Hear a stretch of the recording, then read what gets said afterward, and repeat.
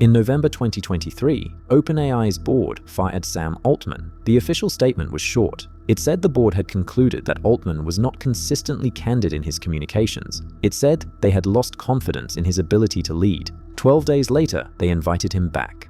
I want to stay with what those 12 days actually revealed, because what happened between the firing and the return wasn't a negotiation. It was a test, a live demonstration of whether the oversight structure OpenAI had spent years building could actually do what it was designed to do.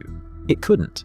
It's now 2026. OpenAI has filed paperwork to go public on US stock markets, the kind of filing that precedes a company selling shares to anyone who wants to buy them. The company is being valued, in some estimates, at close to $1 trillion. On paper, this is a success story. And then there's a document. In May 2024, 6 months after the board voted to remove Altman, a report came out. Not a rumor from a disgruntled employee, based on actual internal company documents. Exit agreements leaked to the press. And what it described was this.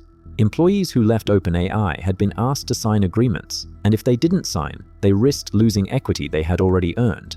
Altman responded the same day. He posted on X, "This is on me.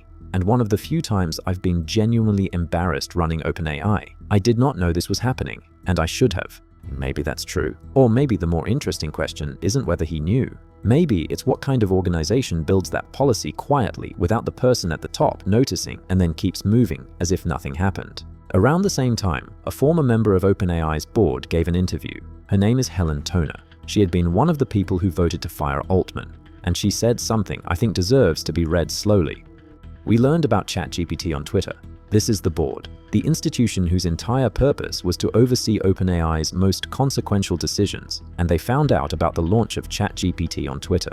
I'm not sure what the right response to that sentence is. To understand it, we need to go back further to before OpenAI was a name anyone was afraid of, to the specific promises that were made at the beginning, and the specific architecture that was built to keep them. Before we go back to 2018, I want to name something. There's a version of this story that's been told many times. Sam Altman gets fired, the board panics, the employees revolt, he comes back, a tech drama with a tidy ending. The board panics, the employees revolt. He comes back, a tech drama with a tidy ending. That version isn't wrong. Exactly, it's just not the story I'm interested in. What I'm interested in is the architecture underneath that drama, the design decisions made years before November 2023 that made the outcome almost structurally inevitable. So here's what we're going to do. We're going to go back to the document that started this, the charter, the promise, the thing OpenAI published in 2018 to explain why it was different. Along the way, we'll meet some people. Ilya Sutskever, the co-founder, who voted to fire his own CEO and then said publicly he deeply regretted it and then left. Leike, who ran the team whose only job was safety, and walked out with a statement saying the company had been prioritizing products over that job for years. Dario Amodei, who left earlier than any of them, and whose departure was called a talent story at the time. I want to be honest about what kind of video this is. This is not a prosecution. What I'm trying to do is something closer to an autopsy, not to assign guilt. To understand what failed, and why the failure was predictable, and what that tells us about how we should watch the next version of this story when it arrives. Because it will arrive. The same structure, the same pressure, the same gap between what an institution says it's for and what it's actually built to sustain. That's not unique to OpenAI. That's a design problem, and design problems repeat. The question isn't who's responsible. The question is what made responsibility structurally impossible here. That's the autopsy. Let's begin. The document was called the OpenAI Charter, April 2018, and the first sentence read, "Our mission is to ensure that artificial general intelligence benefits all of humanity." And that belief, that sincerity, is what makes the rest of the story so hard to sit with. Because the problem with a promise like that isn't that it gets broken deliberately. The problem is what happens when keeping it becomes structurally inconvenient. A year later, in March 2019, OpenAI created a new legal structure. They called it capped profit. Investors could put money in and earn a return, but only up to a limit, and the original non-profit board would still hold final authority over the company's direction. The theory was that capital would flow in through a gate, and the mission would hold the key. It was a beautiful design, on paper. OpenAI built a board to act as brakes on a rocket. The brakes existed. They were real, legal, and on paper, quite powerful. But no one asked what happens when the rocket achieves escape velocity, because at that point, the brakes are no longer connected to anything that moves. The first signal came not from a boardroom, it came from a resignation. In 2020, Dario Amodei left OpenAI. He took 8 colleagues with him. They founded Anthropic, and they said publicly that their reason was about safety, about disagreements over how fast to move and how carefully to watch what was being built. At the time, this was reported as a talent story. The confrontation they were waiting for, they decided, was never going to come from inside. 3 years later, it finally came. On the morning of November 17, 2023, OpenAI's board sent a message. Sam Altman was fired. The statement said the board had concluded he was not consistently candid in his communications. They had lost confidence in his ability to lead. Mira Murati, OpenAI's chief technology officer, became interim CEO. Greg Brockman, co-founder and president. The day after the firing, Microsoft, which had put more money into OpenAI than any other single backer, offered Altman and Brockman positions to lead a new AI research team. This was not a subtle message. 4 days after the firing, Reuters reported that the board had quietly reached out to Dario Amodei, the man who had left 3 years earlier, over safety concerns to ask whether he might be able to replace Altman. Then came the employees. More than 700 of OpenAI's staff signed an open letter. If Altman did not return, they would follow him to Microsoft. Because if I try to put myself in that position, watching the company I'd built start to dissolve, watching my equity evaporate, watching what I'd worked toward potentially collapse over what felt like a boardroom power struggle, I'm not sure what I would have done. I'm not sure I wouldn't have signed it too. And that's the point. The system wasn't relying on those 700 people to be wrong. It had been built in a way that made their choice the rational one. The board had authority on paper. The employees, Microsoft, and the entire ecosystem had authority in practice. And when those two things collided, practice won. 12 days after the firing, Altman returned. A new board was announced: Brett Taylor, Larry Summers, Adam D'Angelo. The institution that had tried to use the brakes had been rebuilt around people who would keep their foot off them. One detail stays with me more than any other from this period. Mira Murati, interim CEO, during those 12 days supported Altman's return. She was terrified, by multiple accounts, that OpenAI would not survive without him. She believed that sincerely. 3 years later, in a courtroom in California, she testified under oath that Altman had been creating chaos inside the company, that she could not trust his words. Both things are true about the same person, from the same woman's direct experience. I'll leave that there. A big voiced, in 2023, something else happened, quieter, and in some ways more significant. The people who knew the most started leaving. The first name is Ilya Sutskever, not a peripheral figure, one of the foundational researchers of the deep learning era, co-founder of OpenAI. When the board voted to fire Altman, Sutskever was one of the votes. 3 days later, he posted publicly, "I deeply regret my participation in the board's actions. I never intended to harm OpenAI." He left OpenAI in May 2024. He founded Safe Superintelligence, one goal, one product, no distractions. Within months of launching, it raised $1 billion. There's something that emerged later, in reporting by The New Yorker in April 2026. Those who had seen an internal memo attributed to Sutskever described it as organized around a specific concern, and the section heading as reported was a single word. That word was lying. The second name is Jan Leike. Leike ran OpenAI's superalignment team, the researchers whose entire job was figuring out how to keep AI systems safe as they became more capable. On May 17, 2024, he resigned publicly. He wrote, "Over the past years, safety culture and processes have taken a backseat to shiny products. The people who saw what was happening were now outside.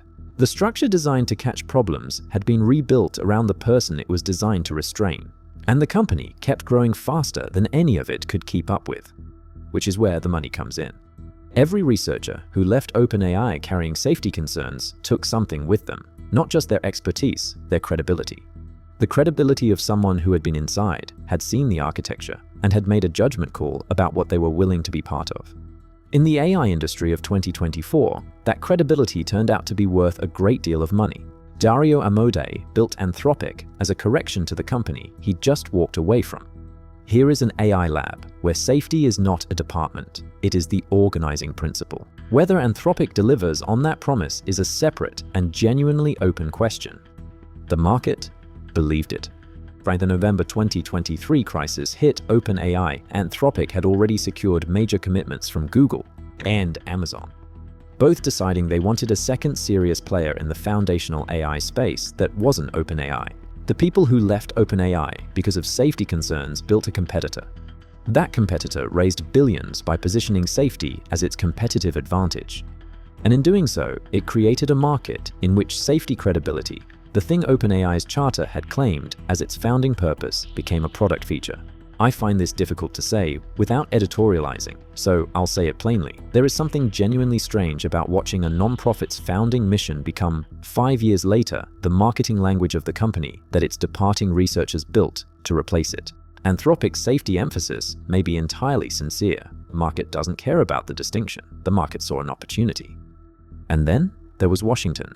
Congressional hearings had become a regular feature of the calendar by early 2024. Federal regulators were asking, in different ways, the same question: who exactly is accountable for what this company does? Under OpenAI's structure, the answer was genuinely complicated. The nonprofit board was supposed to be accountable. Binked, but the November 2023 crisis had just demonstrated what happened when the board tried to act on that accountability. The for-profit entity was accountable to its investors, but the investors had just demonstrated that their primary accountability was to the product continuing to exist. Sam Altman testified before Congress. He was composed and persuasive. He said, among other things, that he had no equity in OpenAI. The hearings produced a lot of careful testimony. They did not produce a material change in how OpenAI operated. The gap between the stated accountability structure and the actual one was still there when the hearings ended. Named, not closed. Which brings us to the actual numbers. Not the valuation, the revenue, the spending, and the gap between them. Because when you see what OpenAI's financial structure looks like from the inside, the question of why the board couldn't hold the line stops feeling like a mystery. Remember what Sam Altman told the Senate: "I have no equity in OpenAI." He said it clearly, in a hearing room, on the record. The senators accepted it and moved on. The room was satisfied. Because by the time OpenAI began restructuring, moving toward a public benefit corporation model that would reduce the nonprofit board's authority court filings, revealed something else. Altman held more than $2 billion in equity stakes across companies that had business dealings with OpenAI, not direct ownership of OpenAI itself, something more structurally interesting, an outside portfolio built to grow in value, precisely as OpenAI grew. What I can say is this: a man who told Congress he had no financial stake in the outcome turned out to have one just not the kind senators had thought to ask about. The senators did not follow up. Before the November 2023 crisis, OpenAI had been valued at roughly $86 billion. At that number, the company had become something that could not simply be unwound. The investors had made bets on a specific outcome. The employees who had accepted lower salaries in exchange for equity had made bets on a specific outcome. The board itself, the nonprofit body theoretically in charge of the mission, sat on top of an entity whose failure would wipe out those bets entirely.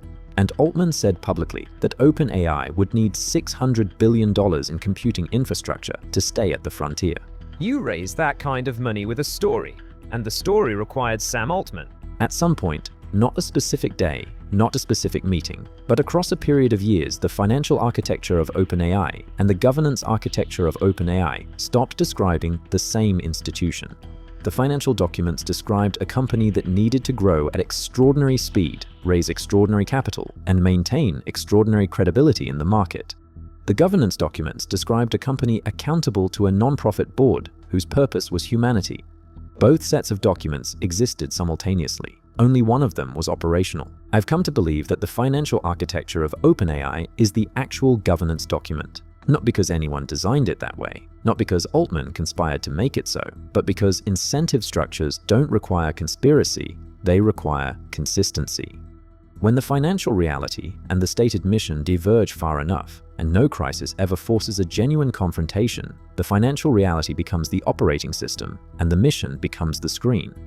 The board crisis of November 2023 was the first time the governance documents and the financial documents were tested against each other in real time. The result was not ambiguous. The board had authority on paper. The financial structure had authority in practice. When they collided 12 days, one very large number, 700 resignation letters practice won. The question everyone asks is whether Sam Altman is a good person or a bad person. These are character questions. They're not uninteresting, but they explain almost nothing about what actually happened. The question that explains what happened is different. What kind of institution creates a situation where the same person becomes simultaneously too important to hold accountable and too exposed to ignore? That's not a question about Sam Altman. That's a question about the structure built around him, and about whether that structure was ever actually capable of making the decision it claimed it was designed to make. And then there are the people who saw that math, ran it themselves, and chose to say so out loud anyway. I want to introduce you to 5 people. Not as heroes, not as whistleblowers, a word that implies they saw one thing and reported it. What I mean is 5 people who arrived over roughly 3 years at the same conclusion from different positions inside the same institution, and who for different reasons at different costs chose to say so in words that couldn't be walked back. The first is Helen Toner. She was on OpenAI's board, one of the 4 directors who voted on November 17, 2023 to remove Sam Altman. Which means she was one of the people who pulled the trigger and then described with precision why pulling it had taken so long. She described, according to reporting from multiple outlets, a pattern of Altman providing the board with information that was incomplete or that contradicted what they had been told before. The board that was supposed to hold him accountable found it difficult to understand what was actually happening inside the company he ran. That is a governance failure stated by a governor. The second is Greg Brockman, co-founder, president, one of the people who built OpenAI from the beginning. He quit within hours of the firing. He came back 12 days later when Altman returned, and then he left again permanently. He said, "The current structure makes it impossible for me to do the work I came here to do." He did not say who was at fault. He described a structure. The third voice doesn't have a name attached to it because they signed confidentiality agreements, legal documents that prevented them from speaking publicly. Some of them, according to reporting, were threatened with the loss of their equity if they refused to sign those agreements. The threat was, stay quiet or lose the financial future you were promised when you joined. Some of them talked anyway, not on record. What they described was a company where safety concerns raised internally were consistently deprioritized in favor of shipping products faster. I know the agreements existed. I know what they were designed to prevent. The fourth is Leike. He ran the superalignment team. He resigned in May 2024. Here is a second quote from the same resignation post. "I believe much more is needed to get to safe and beneficial AGI, including more focus on safety culture and norms at OpenAI." He wasn't saying OpenAI is bad. He was saying what exists is not sufficient for what you've said you're building. And then he left the team whose entire purpose was to make it sufficient. The fifth voice is the hardest to characterize because it isn't one person, it's an accumulation. The people whose names appear in the WilmerHale report commissioned by OpenAI after the board crisis, in reporting from the New York Times and the New Yorker over 18 months. Steven. In letters signed by current and former employees across multiple AI labs. What they described, collectively, was a company where the feedback loop between stated mission and actual behavior had broken down, one small decision at a time, each rational given the circumstances, until the circumstances had changed entirely. OpenAI disputed significant parts of this picture. The WilmerHale investigation conducted by a law firm hired by the company found that the board had acted on incomplete information and cleared Altman of the core allegation of dishonesty. Both accounts exist in the record. Toner lost her seat. Brockman left twice. The unnamed employees risked their equity. Leike walked away from the team he built. The letter signatories put their names on a document that made clear they no longer trusted the institution to regulate itself. The system was designed not maliciously, but structurally, so that saying what they knew would cost more than staying quiet. They said it anyway, which leaves one question, the one I've been circling since the beginning. What does it mean that an institution specifically built to prevent a particular kind of failure produced exactly that kind of failure and then continued, largely unchanged, to pursue the same mission with the same structure? That's where we're going. In June 2026, OpenAI filed confidentially to go public on US stock markets, beginning the process that would eventually allow ordinary investors to buy shares. And the organization that had described itself in April 2018 as existing for the benefit of all of humanity began preparing to enter the public markets alongside every other company that had ever navigated a similar transition between what it promised and what the market required.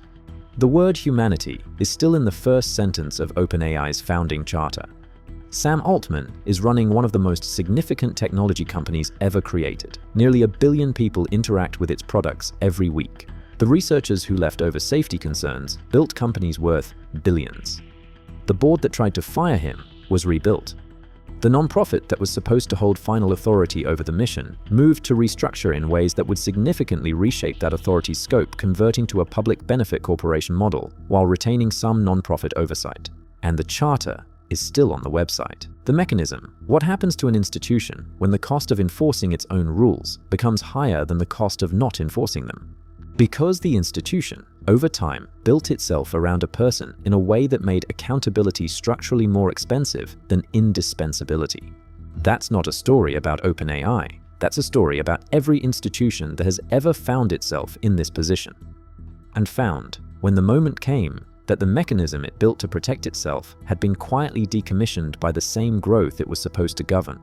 The question worth keeping is this: the next time an institution describes itself as a safeguard against its own worst impulses, ask what it would cost that institution for the safeguard to actually work. Who would lose what? Whether the people with the most to lose are the same people who control whether the safeguard gets used. If the answer is yes, you've found the mechanism, you'll recognize it now. OpenAI built a board to hold its most important figure accountable. The board existed, the authority was real, the paperwork was in order. When the moment came, the board tried to use it. And then they watched as the financial architecture, the employee base, the partner ecosystem, and the entire market structure of modern AI aligned not against the mission, but simply against the cost of enforcing it. The board rebuilt itself around people who understood what the cost was. The company has filed to go public.